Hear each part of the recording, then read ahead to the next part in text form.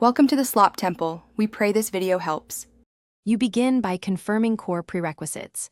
Check iOS version and grant location, cellular and background app refresh to maps. Next, verify Wi-Fi or cellular signal, then toggle airplane mode for about 10 seconds to reset radios. Force quit the Maps app and restart the iPhone because a fresh start clears transient cache and services. Once done, make sure the device has adequate battery, 50% or connected, so updates and diagnostics run uninterrupted while you proceed to deeper fixes. Now you tackle the core actions. Reset location and privacy settings to clear corrupted permissions, then reopen Maps and reauthorize location access so GPS gets a fresh lock.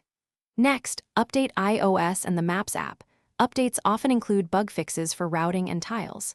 If problems remain, delete and reinstall Maps to remove bad app data. If GPS, loading, or tile errors continue, reset network settings. Note this removes saved Wi-Fi passwords, so back up to iCloud before proceeding. Finish by confirming date and time are set to automatic. Incorrect time can invalidate certificates and break location services. Then check Apple system status for Maps outages, because sometimes the issue is server-side and resolves within minutes. Wait 5 to 30 minutes before deeper interventions.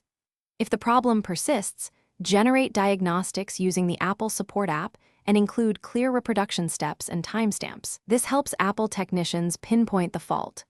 Lastly, make sure to test map routing and search after each change to confirm success. Thanks for watching.